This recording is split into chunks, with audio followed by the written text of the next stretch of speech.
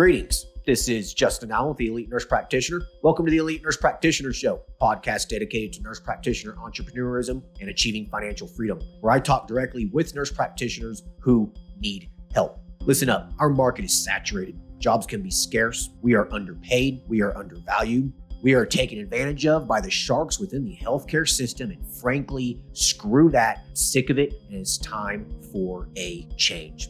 And listen, I'm here to help make that happen. We are powerful. We can forge a path where we are in control of our career and ultimately our financial and personal well-being. You do not need to submit to healthcare administrators and your doctor overlords. You do not have to take a measly salary. You do not have to work 50 to 60 hours a week. There is a different way, and I'm here to show you that path. This podcast is raw and unfiltered. I have not talked to the nurse practitioners in this podcast prior to the call outside of an email exchange to schedule the episode. What you're about to listen to is a consultation session between a nurse practitioner and myself. It is real, it is unscripted, it is unplanned, and I have no idea what we're going to talk about. Anything and everything can happen during our conversation. The nurse practitioners in these episodes are struggling with an issue in their professional or financial life, and they have reached out to me for help. My goal is to help the nurse practitioner with actionable advice that will enhance and improve their professional, business, and financial life. My other goal is to hopefully help my nurse practitioner sisters and brothers build a more productive, powerful, and free life. So I hope the content and information within these podcast episodes does just that. All right, onto the episode.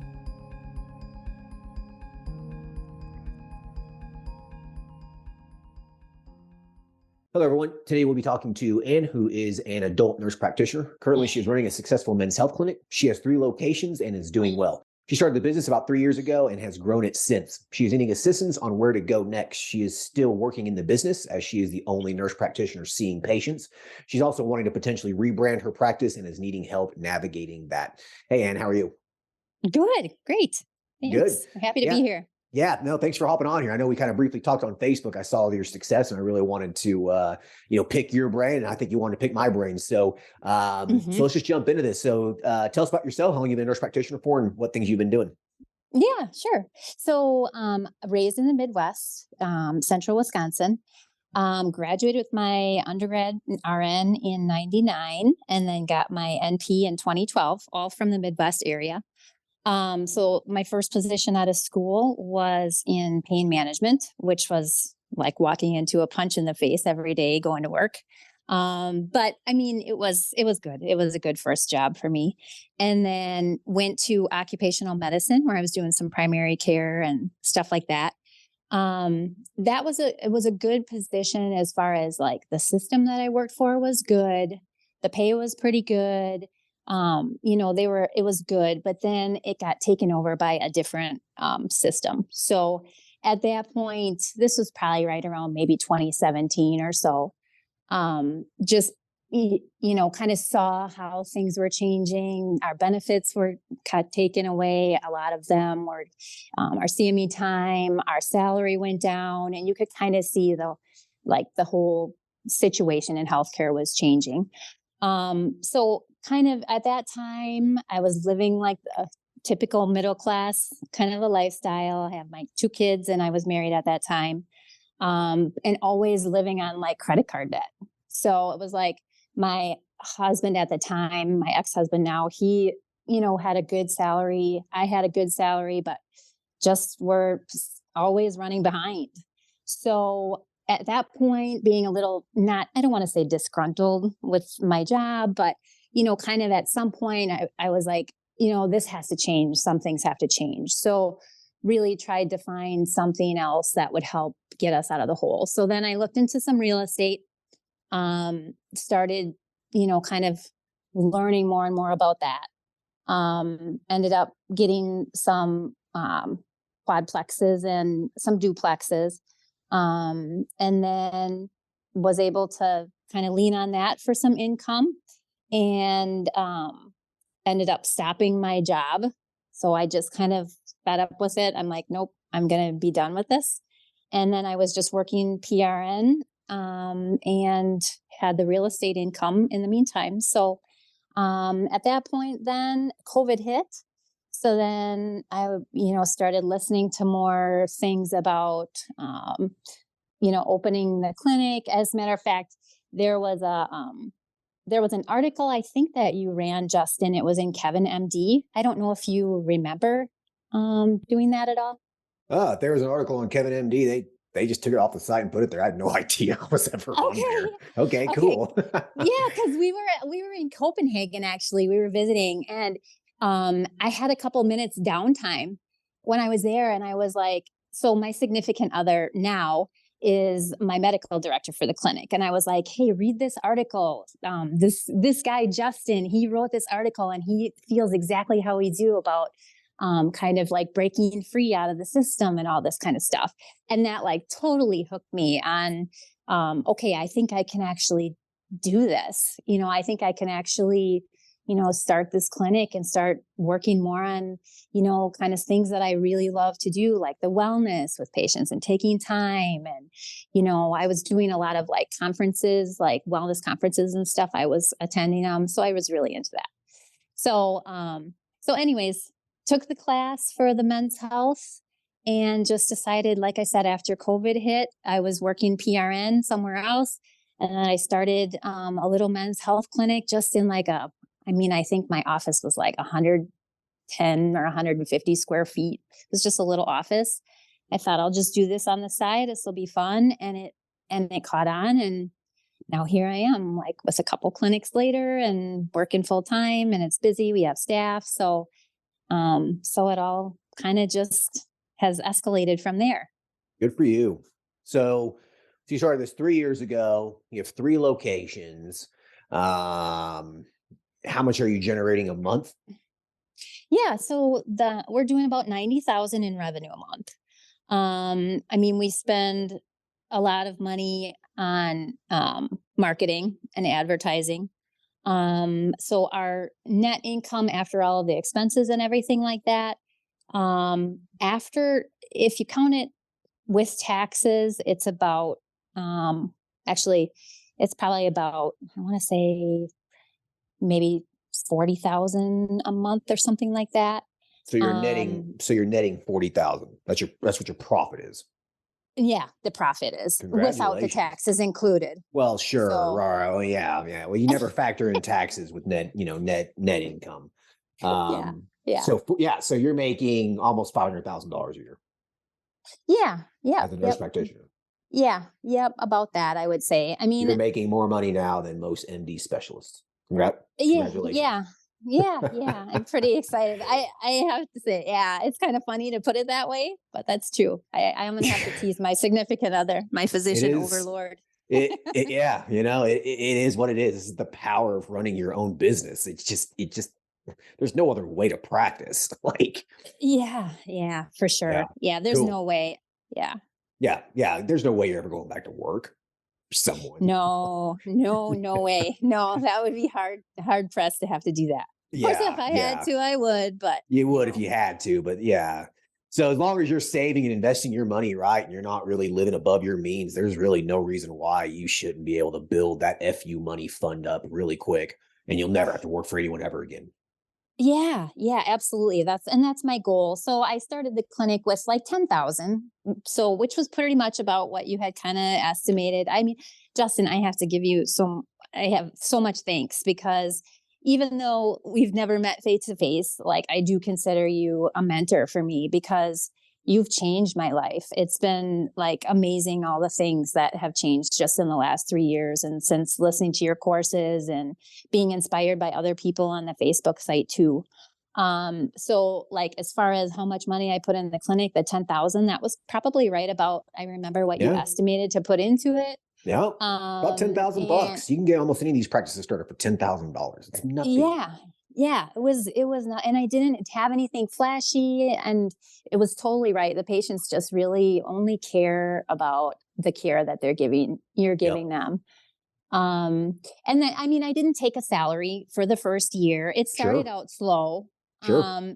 It was, and I remember even emailing you at some point and being like, it's pretty slow. I'm not sure if I should stick with this. Cause I want to say I was like maybe 6 months in, and it seemed pretty slow. I hadn't taken any money, But I mean, it's definitely a long haul game for sure. Especially doing the subscription model, because obviously the more patients you get, the more money you have coming in passively that way too. So I was glad I stuck with it. Yeah. Yeah. Yeah. It does take a little while, but once, but I mean, what, 3 to 6 months before really some significant revenue starts coming in. And then, you start your paying yourself after about a year or so. Yep. Yeah. How much did you start paying yourself after that first year? I'm just curious. Well, I read this book called Profit First. I don't Yep. know. Have you heard of it? That's a Super great good. book. I mean, anyone listening to this right now should buy that book. Oh, for sure. Yeah, I would definitely recommend, because it was like, that was the thing. I was like, I don't know how much to pay myself. Do I take, yeah, I want to, all the good things, but I don't know if the business can support it. So I just took, I followed, I'm very good at following instructions. So like you going ahead and, doing the courses and reading some other things and going to CMEs. I read the book and I implemented that like right away. So I just took a percentage. I want to say it was like 10% or maybe even 20% of my gross revenue, Yep. minus the cost of goods sold. Sure. So, Okay. and then I just did that. Sure. And then basically over the year, all the profit built up and you're able to take a nice bonus out, right? Mm-hmm. Yep. Essentially. Yeah. At the end of the Yep. year. Yeah. Like whatever's left over, you're like, well, I'm going to keep this in the business account. I'm going to pay myself. Like, Yeah, exactly. So I'd had a nice quarterly distribution, because it talks about doing that too, like do a yeah. quarterly distribution and then all of that. So it worked really good. And obviously the better the clinic did, the more money I was making. So Yep. that was awesome. Also, like to see like, okay, I'm doing better than I've ever done before, kind of thing. So Oh, yeah. I mean, you're doing really good. Did you elect as an S Corp? I did as of Okay, this good. year. Okay, Yeah, my good. accountant, told me like next, for 2023, you better do this LLC, elect as a S corp, just because of. Absolutely. It'll save yourself those employment taxes. I mean, you're automatically going to save yourself 15% now. Yeah, That's significant. It's a lot of money, especially when you're making yeah, 500,000 a year. yeah, it Yeah, it's is. $75,000 you just saved yourself. Like, go buy yourself a new Denali. Yeah, and I don't even like to. I mean, the tax is just astronomical. It's just kind of Uh, nauseating. So I you, know we got to do it, but yeah, you really realize how much money you pay in taxes once you have a profitable business. When you're employed and they just take the money out of every paycheck, and you pay attention to it, but you don't really realize how much it is. But when you have your that's own so true. but when you have your own business and you see the money in the account, and you see how much just goes to pay taxes, it's just like, dear Lord, I pay a lot of money in taxes. No wonder business owners are Republicans and they want to vote low tax bills. Like, I get it now. Like, my goodness. Yes, Uh, 100%. yeah, yeah. So yeah, it's crazy, and that's why you know as you grow a business and you scale the business and you start making more money, it's lowering your taxes, tax lowering strategies. You have to make it almost a part of your life, or you're just gonna just keep giving money to the government so they can spend on frivolous and nonsense. Yeah, So yeah, yeah, absolutely. I agree yeah, 100%.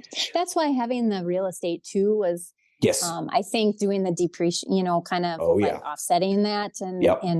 that was also, kind of obviously a good thing with the real estate. So, okay. So for anyone listening who might not understand what you're talking about, is that when you buy some real estate, you can depreciate approximately 20% of the value of that real estate in the first year through cost segregation analysis. Yeah. So what you do is you hire a company, or your accountant can do a cost segregation analysis on a property. And then what that does is it basically factors in the price of everything in the house, everything from every fixture, every piece of tile, et cetera. And then you get the true value of the property, basically. And then you can depreciate approximately 20%. So if you're putting 20% down on a property, let's just, for simplistic math, let's just say $100,000. If you put $20,000 down, you can deduct that $20,000 from your taxes. That's huge. Yeah, So you have to do it.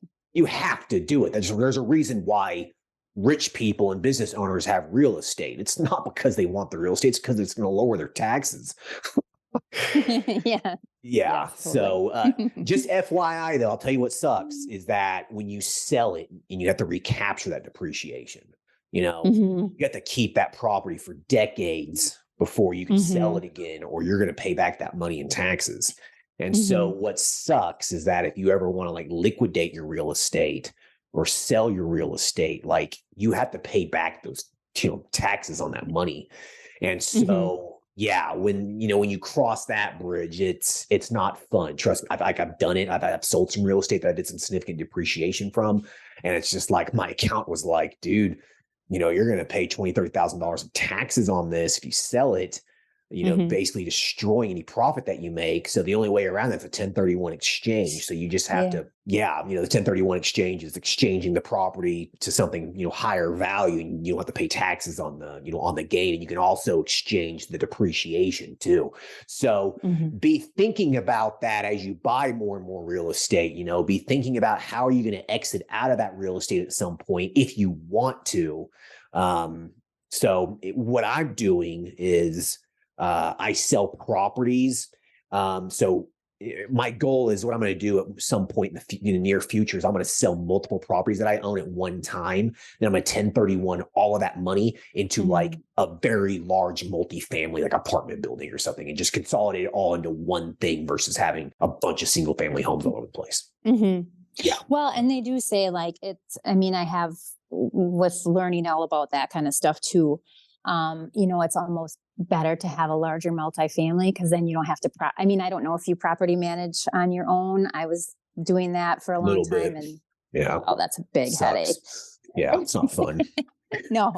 So then you can at least hire somebody that can manage a bigger space and it would be better, kind of use that way. So, Yeah, yeah. yeah. Oh, for sure. Yeah. And the tax deductions that you can take through a large multifamily. I mean, there's so much stuff that can just it goes to that. And you're going to generate more income from a large apartment building than you're going to small Hmm.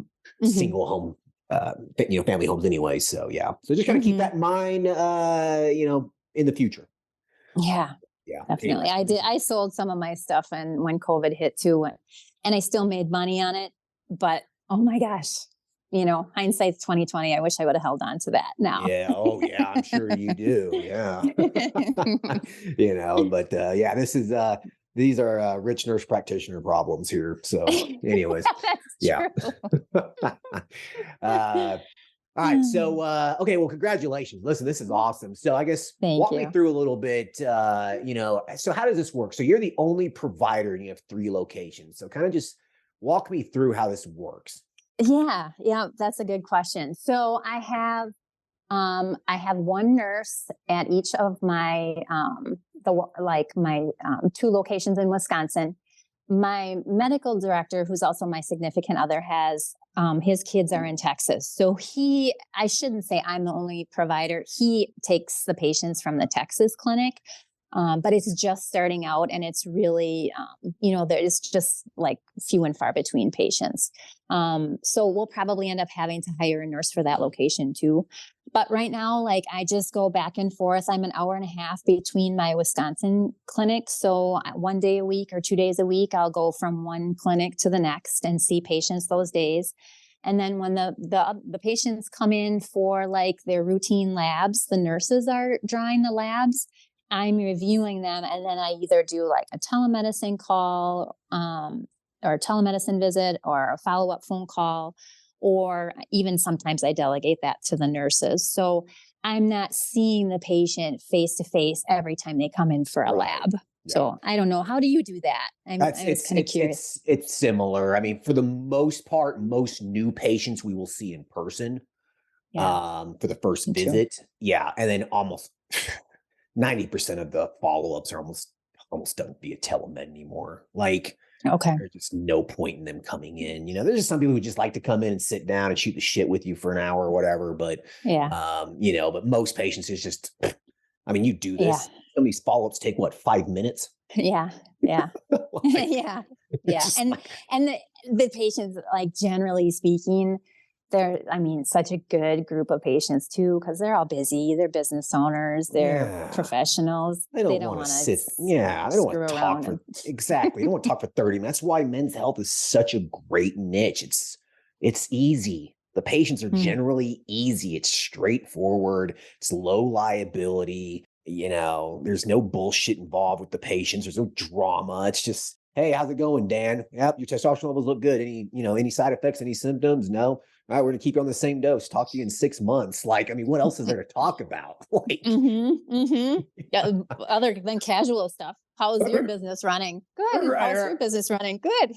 yeah, exactly. How's business? Right, right. Yeah, the actual clinical component of it takes a minute. Yeah.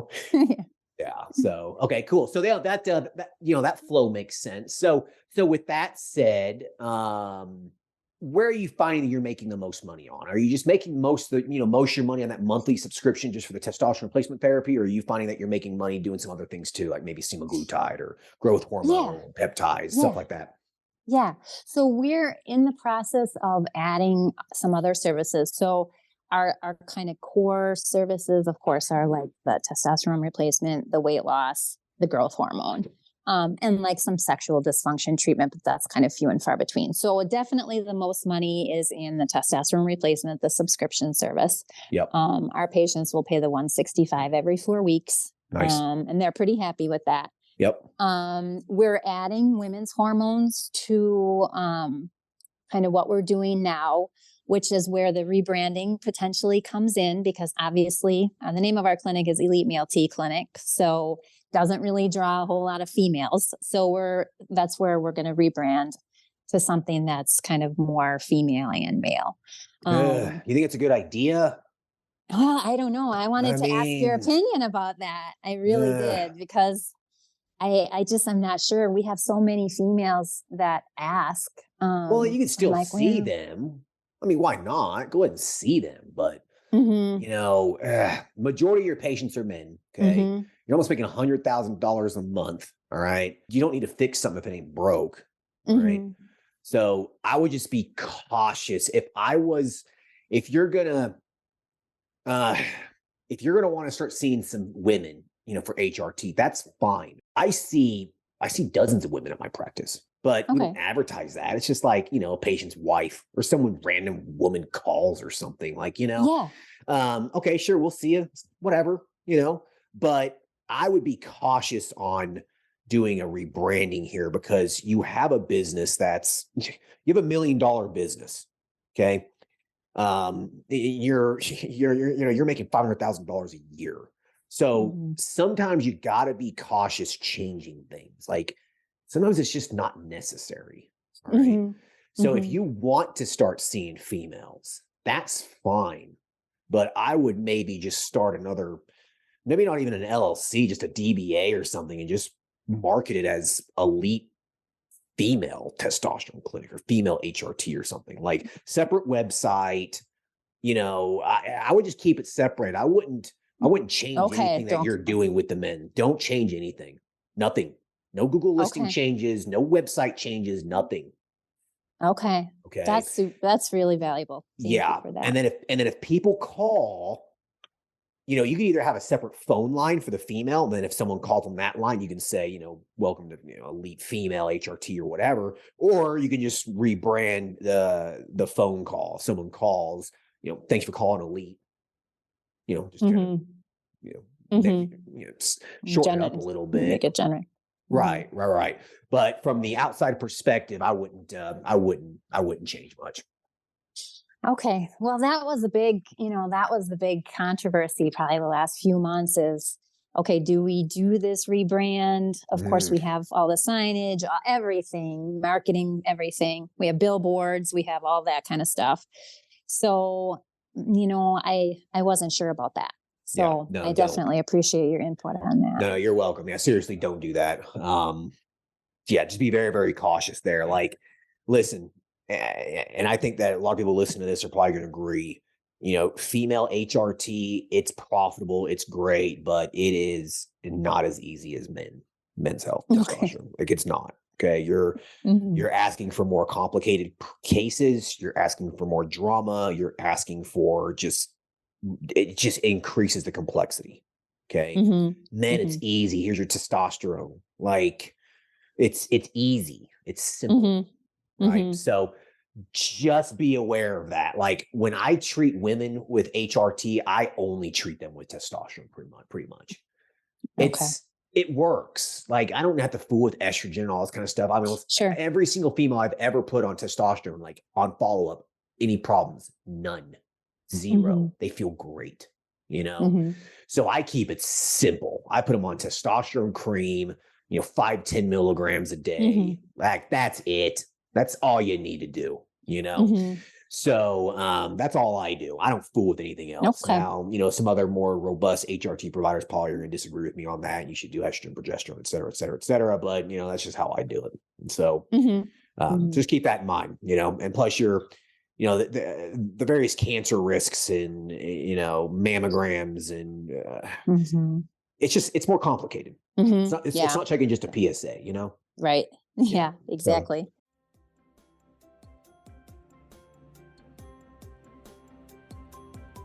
all right. I hope everyone's enjoying the episode so far. I just wanted to take a quick break to thank everyone listening and also give a big thank you to all of my social media followers and email subscribers. If you haven't done so yet, please subscribe to our email list at www.elitenp.com and make sure to follow us on Facebook, Instagram, and LinkedIn.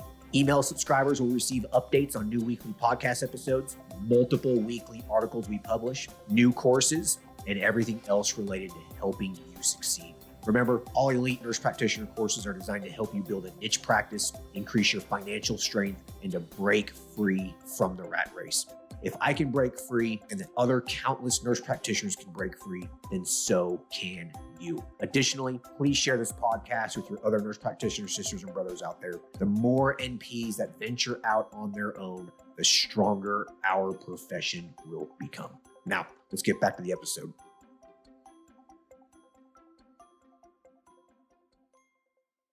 I read the Facebook posts about women HRT, and I definitely have been forewarned about that based on that. So yeah, so just be cautious there. Maybe weight loss maybe instead would be a little bit more of a profitable, side business within your business kind of a thing. Yeah, you'd probably make more money on that, to be honest with you. But sure. Treat women, but just don't put a lot of eggs in that basket. Okay. Good to know. Yeah. And I think part of that stemmed from one of the nurses that I hired. She has a background in aesthetics. So, I mean, I guess that's maybe another good question that I would have for you is at what point, we're talking about, okay, what services do we add? Are we spreading ourselves too thin? Do we just keep things at the core services that we know how to do really good? Or do we branch out and start doing things based on kind of what people are asking for? And it's just hard to know to do, which is the right way. It's hard, right? I mean, there's really no way to know other than just trying it out and seeing what happens, or just straight up, just maybe send a survey out to, your patient's email list or something, or maybe just start picking their brains. Hey, would this be something you'd be interested in? Just simply ask them, or you can just integrate it and see what happens. I mean, there's some services within a men's health clinic that's a no-brainer. It's going to work. I mean, weight loss, it's going to work. Yeah. General Botox, general aesthetics. I mean, I'm talking about general. You don't need to be doing fillers and stuff. I'm talking about maybe just a little Botox. The older guys that want to look younger, they're going to bite on it. Yeah, that's kind of what we were thinking too. But. Yeah, but don't go crazy about it. I wouldn't I would just stick with just plain just a little Botox. Like, I wouldn't do much more. Okay. Don't deviate too much from the core though. You make your money on the testosterone. So the question is, how do you just get more testosterone patients, right? Just try to increase the volume of just, the core service that you offer, because that's what you're the expert at, is doing that. But the cheapest and most effective way to increase revenue is by just marketing to your already established customer, right? So that's where, offer some semaglutide or, growth hormone, various peptides, maybe some Botox injections. But I wouldn't complicate it too much. Mhm. Yeah. Okay. Yeah, I agree. I like Most the idea of the survey too. yeah. Maybe just a little survey or something, You just start asking patients, what would you like? Or just, a quick survey. What would you like? And offer 6 different things and then just go with the top 2. Mhm. Okay. Yeah. Yeah. Very good. Thanks. Uh-huh. Yeah. So don't deviate too much. Sometimes when business owners start complicating stuff and start adding more things, and they go away from what made them successful, and then you start not becoming successful anymore. Yeah, Yeah. and that's part of my fear too. Is just okay. At what point is enough enough, and then we just keep Right. going Right. with what we're really good at. So. So what you might want to think about here, like if it was me in your situation, what I would be thinking about doing now is, trying to stop working so much in the business. You know what I mean? Mm-hmm. How do you make this a little bit more hands off for you? How do you Mm-hmm. take it to the next level? I mean, you have 3 locations. You're making almost $100,000 a month in revenue off 3 locations. How do you get $100,000 a month on each location? How do Mm-hmm. you get up to $250,000 a month? Like, how do you do that? And the way you're going to do that is by increasing volume, adding some complementary services, but not too much, nothing Mm-hmm. crazy, um, and you have to have more staff, right? So, Mm-hmm. how many hours a week are you working seeing patients right now? Seeing patients face to face, because I do just do the first, I do like kind of like you said, the first one is always in person and then follow ups after that. So I'd say seeing patients face to face is probably 30 hours a week. Okay. But, you know, doing all the other stuff, I mean, I'm working probably 60 hours a week, I would say, Right. on everything that goes into it, the business related stuff, all of that. Um, so, I mean, and that's another hard thing. When do you know? I don't know. I'm sure the business could handle hiring another nurse practitioner, another provider. It's just the timing, right? No, you're there. All right. I mean, you're there. The amount of money that you're making, you have more than enough wiggle Mm-hmm. room here to hire another nurse practitioner, easy, Mm-hmm. Mm-hmm. and it's not going to really affect your bottom line all that much. Um, how old are you? I'm 47. 47. Yeah, Mm-hmm. I mean, come on. How many more years do you have in you working 60 hours a week? I mean, I'm not saying that you're old, but Very few. geez, right. Very few. Right. You're going to burn out. It's just anyone who's working that kind of hours. You're eventually going to burn out, and you're going to start resenting your business. You're going to start not liking it anymore. Like, it just ends up becoming just a drag. It just ends up becoming a job again, Mm-hmm. even though you're Mm-hmm. compensated well, you work a lot. I mean, when do you have time to actually enjoy the money? Well, that's just it too.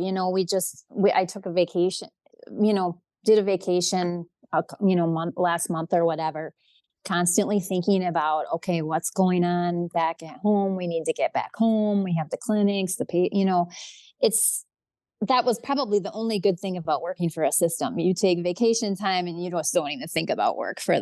that week or that week and a half you're off. But it's totally different. That's the only negative. I would never want to go back to Right, that. right. But Yeah, no, there's no such thing as a vacation as a business owner when you're working in it.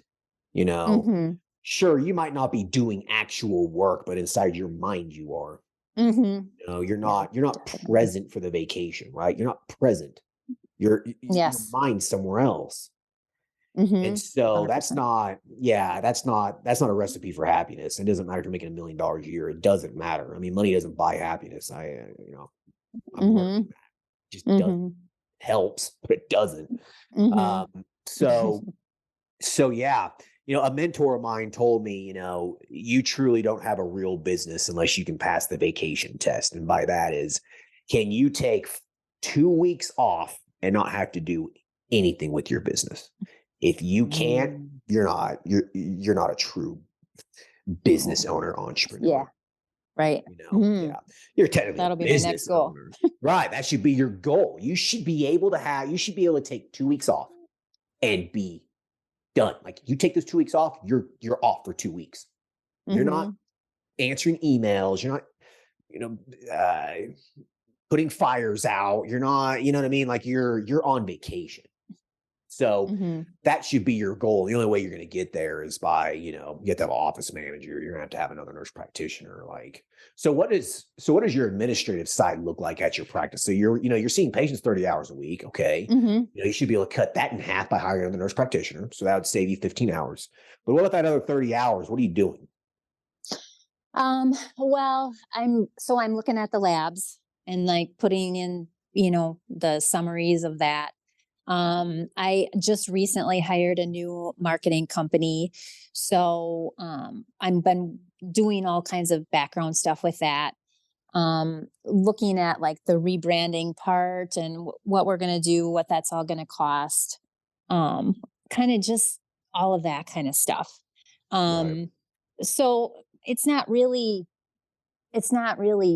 of just a bunch of everything that has to Sure. do with the business, like calling about property. We're thinking about expanding to a fourth property too, and that's maybe part of it too. Maybe I'm just being a little too ADD about what I want to do, because there's another site that we'd want to open up to. There's all these services. So I mean, I think I just really need to focus and figure out what I'm doing.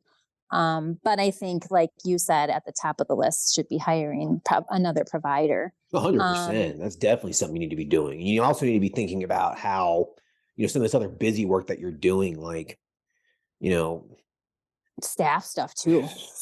like, I'll tell you, hiring another nurse practitioner to start seeing more patients for me was a good hire. I have 4 nurse practitioners working for me now. Hmm. Um, 4 or 5. Yeah. One, two, three, four. Yeah, 4. Yeah. Uh, That's awesome. Yeah. And so, hiring another nurse practitioner to start seeing patients for me was a great decision. The best decision I ever made was hiring someone to to do the busy work for me. Hmm. Like, to have someone do the lab ordering, to do the medication ordering, to do supply ordering, to do all that crap, to do Hmm. payroll, do all that. Like, you know what I mean? That Hmm. was the best hire that I've ever done. Because now I'm not, you know, Yeah, doing all poking that around busy doing stuff like crap. that. Right. Like Hmm. that's just a waste of your time. You don't make Hmm. money doing that. It's busy work. Right. Right. Yeah, So, definitely. yeah. So, do you have an office manager? Do you have someone who like manages the office?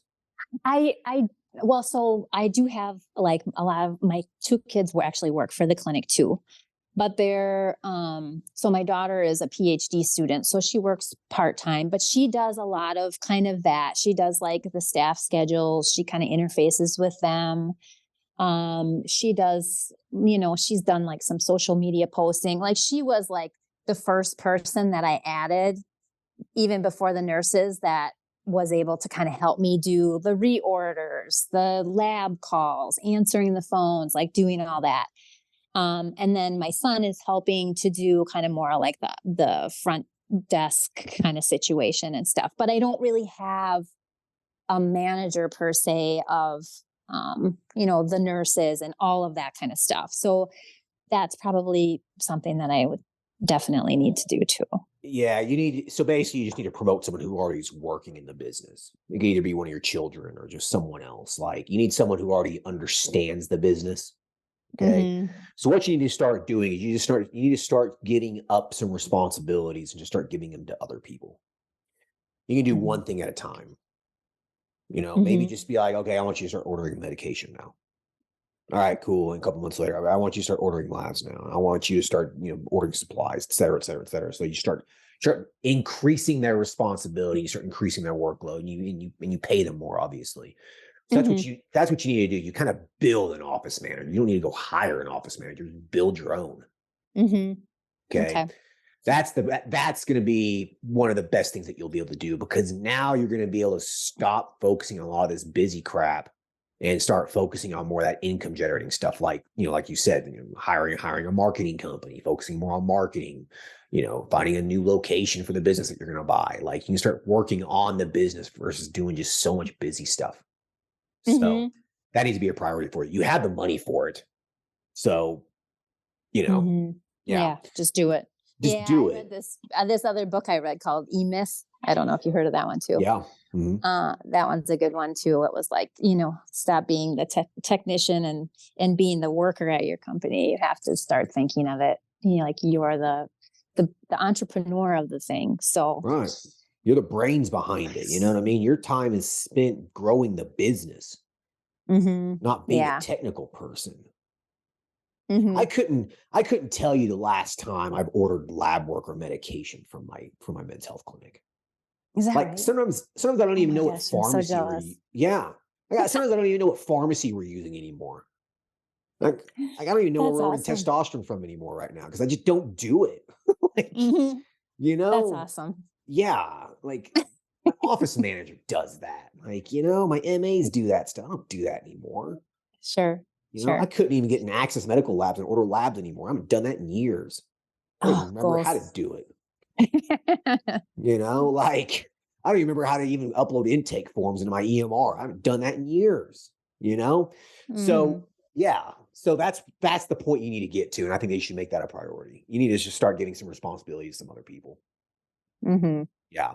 And if you Okay. start doing that, even if you're seeing patients 30 hours a week and you enjoy seeing patients, then just be the only nurse practitioner that are seeing patients for a little while longer if you want, but just get someone else to start doing more of this busy stuff for you. hmm That should be a priority for you versus hiring another nurse practitioner, in my opinion. Okay. Yeah. Yeah. Now, Good. if your goal though is to have this business really truly just run for you though, then yeah, you need to hire another nurse practitioner to start seeing patients for you as well. hmm That should be a goal as well. So that way you're a little bit more hands off. What's your goal 5 to 10 years from now? I mean, where do you see yourself? Not here. 6 months in Italy, 6 months maybe in Montana in the middle of 100 acres or something like that.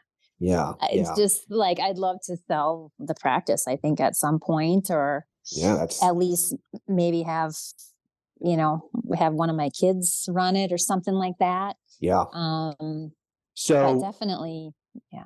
yeah. So the previous episode of this, that's what we talk about a lot is growing and scaling the business to the point where one of two things happen.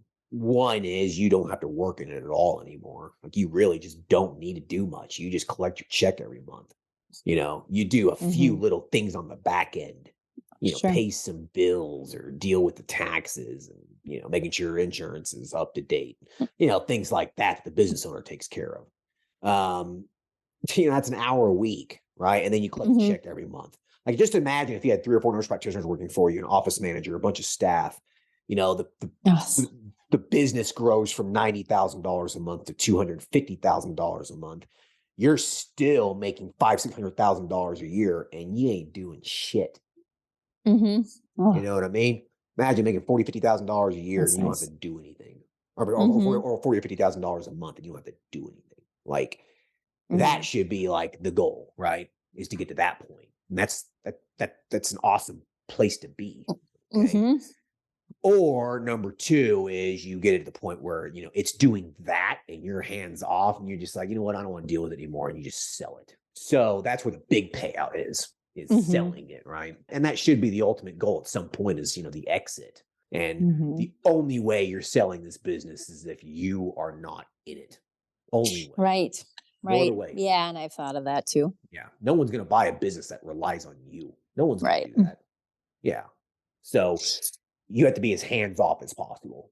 hmm Other So when did you providers and know? Oh, I'm sorry, Justin. no, When no, did that yeah, you? When yeah. did Continue, you sorry. know? Yeah. When did you know? When to hire another nurse practitioner? I mean, were you like maxed out, or Yeah, were I was you just just the maxed out, money? base. Yeah, Okay. I was just like, I don't want any more patients. Like, I don't want to be seeing every single patient in this practice anymore. Like, I'm getting tired. All the follow ups and all the new patients and all this. hmm It's just getting to the point where I was like, okay, I look at the numbers, I look at the books, I'm like, we're making enough money to pay someone else. Like, trust Okay. me, and you're there. You don't need to be thinking. Okay. You don't need to think through this. You're there. You can hire someone else. It's time. Sure. Okay. Like Got it. Got the you're there. message. You're there. And then when you hire another nurse practitioner, when you hire another one, the second one, when the first one's bitching that they're working too much. That's when you hire the second one. Yeah, that, or you start That's freaking awesome. out and worrying, like they call in sick one day and you're like, oh crap, wow, we really rely on this one person. I don't like this. We need some backup. Hmm.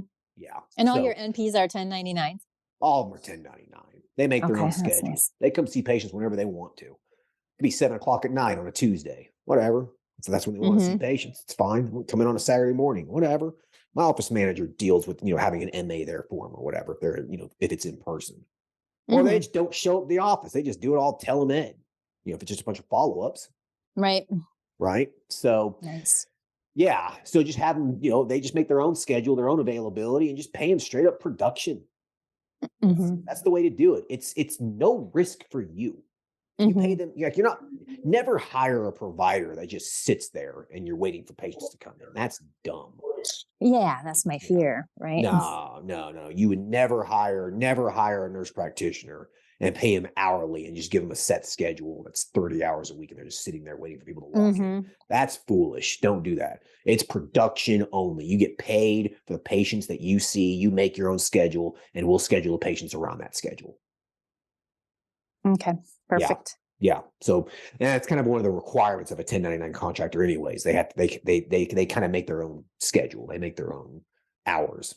And so, if they want to work in the evenings or whatever, fine. Make sure you just have one of your medical assistants or nurses there, to check the patients in and do that kind of a thing, or a Saturday morning or whatever, So, yeah. And the cool thing, and men, they're all pretty flexible. Like you can just kind of schedule them whenever you want. Yeah, super flexible. It's a really nice population. Yeah. So I would definitely hire another nurse practitioner, then hire that, hire an office manager, train an office manager, build your own. Yeah. Okay, great. Yeah, this is super beneficial. No. Yeah. Those are your two priorities, in my opinion. I mean, right now your business is running pretty good. Don't try to do anything crazy here. Okay. Yeah. And then once you're not working 60 hours a week anymore, what's going to happen is you're going to be able to step back a little bit. You're going to be able to breathe again. And then you're going to be able to really objectively look at the business and know where you should be focusing your energies. Yeah.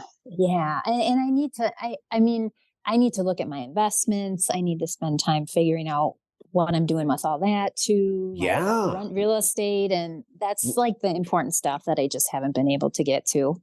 Well, yeah. When do you have time to do that? Yeah. Exactly. When you're working 60 hours a week and doing you don't have a whole lot of time for other stuff. Are you focusing on your health? Are you focusing on your exercise? Are you focusing on your diet? Are you focusing on your investments, your family? When you're working that kind of hours, it's hard to focus on anything else. No, it's true.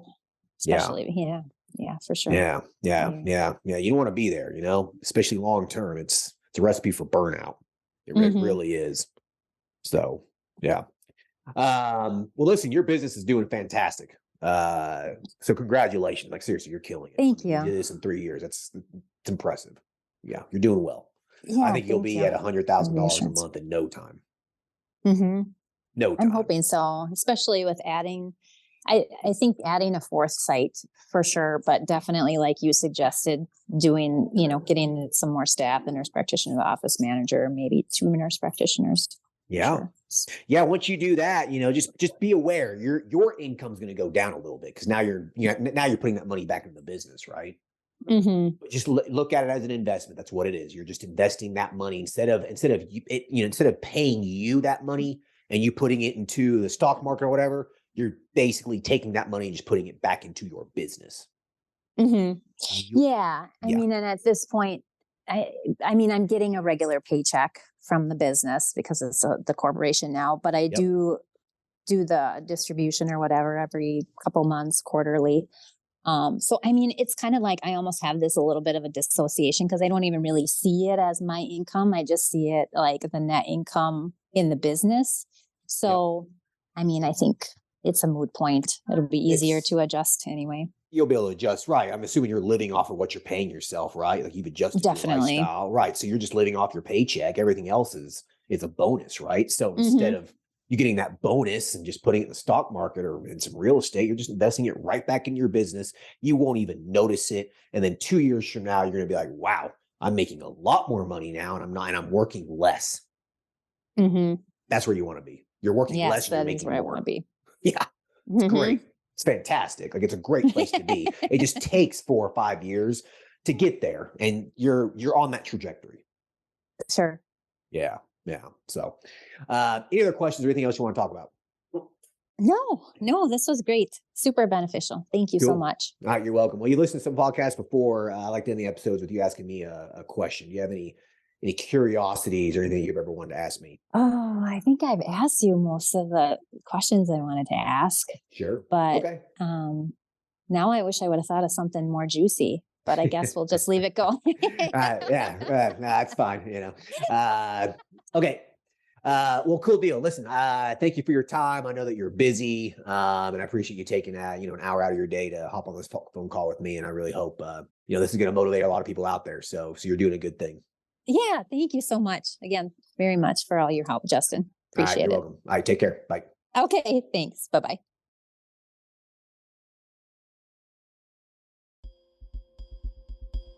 I hope everyone enjoyed the episode with Ann. She's killing it. I love hearing about these success stories. She took the men's health course. She followed the steps. She got out. She took action. She started doing it. And I mean, look, she's almost making $100,000 a month now. She's built $1 million business in 3 years. Okay. It's not that hard. She even said it's not that difficult. She spent $10,000. $10,000, guys. That's nothing in the grand scheme of starting a business. Go start a restaurant. It's going to cost you a lot more than $10,000. It's going to cost you $150,000, maybe more than that. So she's doing very, very well. Kind of similar to the last podcast that we did about scaling and growing a business. You really just got to focus on not being a self-employed person, like not working in the business so much. What are some things that you can do to have other people work for you? How do you get there? And that's what you really need to focus on. Focus on hiring staff, hiring another nurse practitioner, and having your business run itself. Because, when you take a vacation as a business owner, and especially as a business owner who works in their business so much, it's not truly a vacation. You're constantly working. You're constantly seeing patients, constantly thinking about it. It's not a vacation. So keep that in mind, okay? You need to pass the vacation test. Can you truly take a vacation as a business owner and not be thinking about your business or working in your business while you're on vacation? And I bet most of you listening to this probably could not pass that test, okay? I'm barely there, and it took 5-6 years to get there. So it takes time. All right, hope everyone enjoys this episode. Talk to you guys later. Thanks, bye. Thank you for listening to the show. Quick legal disclaimer. The content of this podcast is meant for informational and entertainment purposes only and should not be used as legal, financial, medical, regulatory, or practice-specific advice. For information pertaining to your specific legal, financial, medical, or practice-specific needs, please be sure to consult with your lawyer, CPA, medical director, and/or your state's practice laws and the most up-to-date clinical guidelines. As always, do your due diligence when it comes to any information found online and in podcasts. The content in this podcast is copyrighted by Galaxy Medical Southwest 2023 and cannot be duplicated, rebroadcasted, or reproduced without our written permission.